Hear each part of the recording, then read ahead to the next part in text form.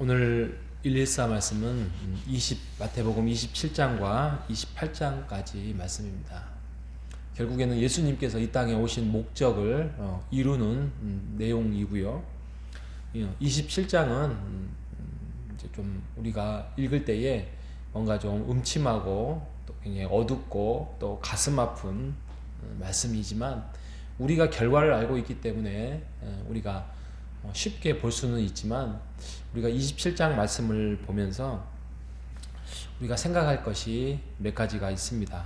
그런데 오늘의 말씀은 28장에 포커스를 맞추려고 합니다. 27장을 간단하게 말씀드리면 27장 예수님께서 재판을 받으시고 그 다음에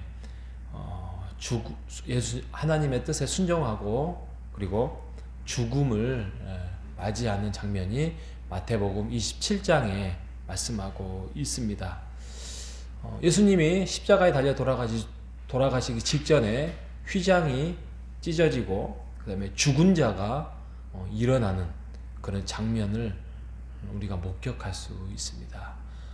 결국에는 이게 뭐 하나의 이적이 일어났다라는 그런 차원을 뛰어넘어서 이제 가로막혔던 산자와 죽은 자 그리고 휘장으로 인하여서 어떤 성소 지성소 뭐 이렇게 가로막혔던 것들이 이제는 다 하나로 되는 이렇게 결국에는 죽음조차도 하나님의 뜻을 가로막지 못한다 이제 그 말씀을 볼 수 있는데 이 모든 것들이 예수님이 순종했다 이 순종은 하나님의 뜻에 맞추었다라는 것입니다.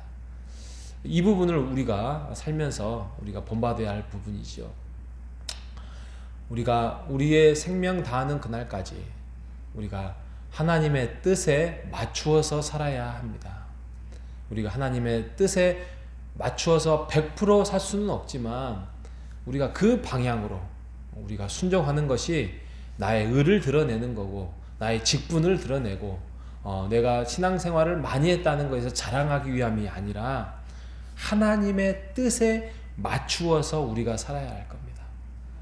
공부를 하더라도 내가 직장생활을 하더라도 내가 가정생활을 하더라도 내가 남편에게 대하더라도 내가 부인에게 대하더라도 그 모든 것들이 하나님의 뜻에 맞추어서 순종하라는 것입니다.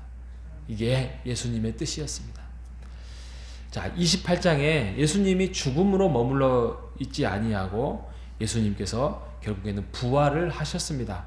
부활을 하시고 이제 마지막 명령을 제자들에게 남기시고 이제 승천하시는데요.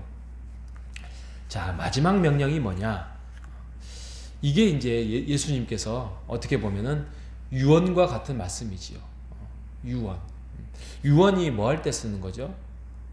죽기 전에 가장 핵심적인 꼭 이 일을 우리의 후손들이 우리의 자녀들이 하기를 바라는 마음으로 마지막 말을 농축해서 말씀하는 것이 이제 유언이지요. 이 유언이 결국에는 교회의 사명이 돼야 합니다. 교회의 사명이 돼야 되는데 보통 교회가 해야 할 일, 가장 중요한 일이 뭡니까? 라고 말씀을 하면 보통 여러 가지 의견이 있지요. 교회의 가장 큰 사명이 뭡니까? 예배입니다. 그러니까 예배당을 이제 열심히 잘 짓지요. 그죠? 근데 과연 그런가? 그거 한번 생각을 해봐야 됩니다. 예배당을 잘 짓고, 값비싼 악기를 갖추고, 최고의 음향시설을 갖추고, 이런 것들이 다 이제 예배의 소중함에 대해서, 의미를 두기 때문에, 그렇게 하고 있습니다. 아닙니다. 찬양입니다. 그러면 또 열심히 또 찬양, 오케스트라를 갖추고, 또 악기를 갖추고 또 팀을 갖추고 성가대를 갖추고 이렇게 합니다. 아닙니다. 말씀입니다. 그러니까 또 말씀 중요하죠. 그죠? 영적인 생명인데. 그러니까 그 말씀을 위해서 열심히 또 쫓아다니고 또 최고의 설교를 잘하는 목사님을 모셔오고 또 그 말씀을 위해서 성경 공부도 하고 이제 그렇습니다. 아닙니다.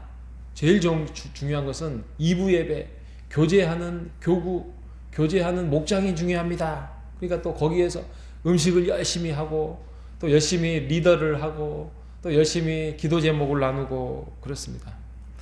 예, 그게 꼭 틀리다라고 할 수는 없지만 중요한 거는 예수님이 뭐라 하셨냐 이겁니다. 예수님이 교회의 존재 목적을 무엇에 포커스를 맞추었느냐 이거죠. 이것을 우리가 보통 예수님이 마지막 가시기 전에 남기신 말씀으로 우리가 대사명이라고 하지 않습니까? 그게 오늘 우리가 금방 읽었던 마태복음 28장과 28장의 19절과 20절에 말씀을 하고 있습니다. 하늘과 땅의 권세를 모두 너희에게 주었다라고 시작합니다. 그래서 너희들은 가라, 그리고 제자를 삼아라, 그리고 세례를 베풀어라, 그리고 가르쳐 지켜라. 이렇게 얼뜻 보면 4개의 동사가 보입니다. 그죠? 가서 제자를 삼고 세례를 베풀고 가르쳐 지키라 라고 합니다. 그런데 여기에서 3개는 분사입니다. 분사라는 것은 이렇게 하라, 이렇게 이 일을 어떤 목적을 위해서 이렇게 하라라고 이야기를 하고 있어요. 근데 그 중에 3개는 분사고 하나는 명령형입니다. 그 명령형이 포커스죠. 그게 바로 제자를 삼아라. 그러니까 제자를 삼기 위하여서 너희들은 가라, 그리고 세례를 베풀어라, 그리고 가르쳐 지키게 하라. 그래서 제자를 만들어라 라는 명령이 예수님께서 말씀하고 있는 것입니다. 예, 교회의 존재 목적은 제자를 만드는 것입니다. 제자가 되는 것입니다. 우리가 제자가 되지 않는데 절대 제자를 만들 수가 없습니다. 그죠? 우리가 예수님의 제자, 참 부담스러운 단어이긴 하지만 우리가 예수님이 오시는 그날까지, 다시 오시는 그날까지 완벽한 제자는 만들어질 수 없습니다. 하지만 우리가 그 예수님의 제자가 되기 위하여서 이 자리에 있는 것입니다. 주일날 와서 교회의 공동체와 함께 모여서 예배도 드리고 찬송도 하고 기도도 하고 또 교제도 하고 기도 제목도 나누고 또 예배 드리고, 이게 제자 되기 위하여서 하는 것이지 예배를 잘 드리기 위해서 우리가 존재하지 않는다는 것입니다. 우리가 기도하는 것이 우리가 좀 더 우리의 마음이 낮아지고 우리가 좀 더 예수님을 닮아가기 위하여서 주님께 기도하는 것이지, 제자 되기 위하여서 우리가 우리를 낮추고 나아가는 것이지 우리가 기도를 열심히 하기 위해서 교회의 존재의 목적이 아니라는 것입니다. 목사님, 제자가 되려면은 전도를 해야 되지요. 예, 어떻게 보면 또 전도라는 목적으로 갈 수 있는데 그것도 아니죠. 전도를 해라. 어떻게 보면 이제 상투적으로 그렇게 말할 수 있지만 중요한 것은 제자를 만드는 거예요. 저는 이 말씀을 보면서 이렇게 생각합니다. 제자를 만드는 것들 안에서 여러 가지의 은사들을 가지고 있습니다. 어떤 분은 요리를 잘합니다. 또 어떤 분들은 말을 잘합니다. 어떤 분은 또 리더를 잘합니다. 그래서 함께 앞에서 이끌기도 하고, 어떤 분은 교구에 와서 같이 식사를 나눌 수 있는 섬김을 합니다. 그게 또 제자의 모습입니다. 그러면서 또 내가 가지고 있는, 나만이 구원받을 수 없다 그러면서 우리의 친척들에게, 우리의 가족들에게, 또 우리의 이웃들에게 그것들을 여러 가지 방법을 차원해서 전하는 것입니다. 그게 바로 우리가 4월 9일날 우리가 태신자를 향한 마음을 모으자는 것입니다. 글쎄, 그날이 몇 명이 올까? 또 나는 내 주위에 사람이 없는데 두려워할 이유가 없습니다. 우리가 그 마음을 가지고 훈련하는 것이고 또 연습하는 것이고 또 함께 나아가는 것입니다. 자기가 가지고 있는 그 은사를 가지고 우리가 함께 한 교회를 만들어가라. 내가 너희와 끝날까지 함께 있으리라 라는 예수님의 권면과 위로를 가지고 나아가는 우리 모두가 되시기를 바랍니다. 교회의 존재의 목적을 향해서 우리가 토론할, 논쟁할 이유가 없습니다. 성경은 분명하게 이야기하고 있습니다. 모든 민족을 제자를 삼아라. 이 사람은 안 돼, 저 사람은 안 돼. 그렇게 구분 짓지 말고 우리가 제자를 만드는데 오늘 하루도 애쓰는 우리 모두가 되시기를 바랍니다. 먼저는 우리가 제자가 되어가고 있는가에 대해서 다시 한번 점검해 보셔서 우리가 예수님 마음에, 하나님 마음에 흡족한 그런 한 마음으로 제자 되기 위하여서 나아가는 우리 교회가 되시기를 주님의 이름으로 축복하겠습니다. 하나님 아버지 감사합니다. 우리가 제자 되기를 원합니다. 예수님의 제자 되기를 원합니다.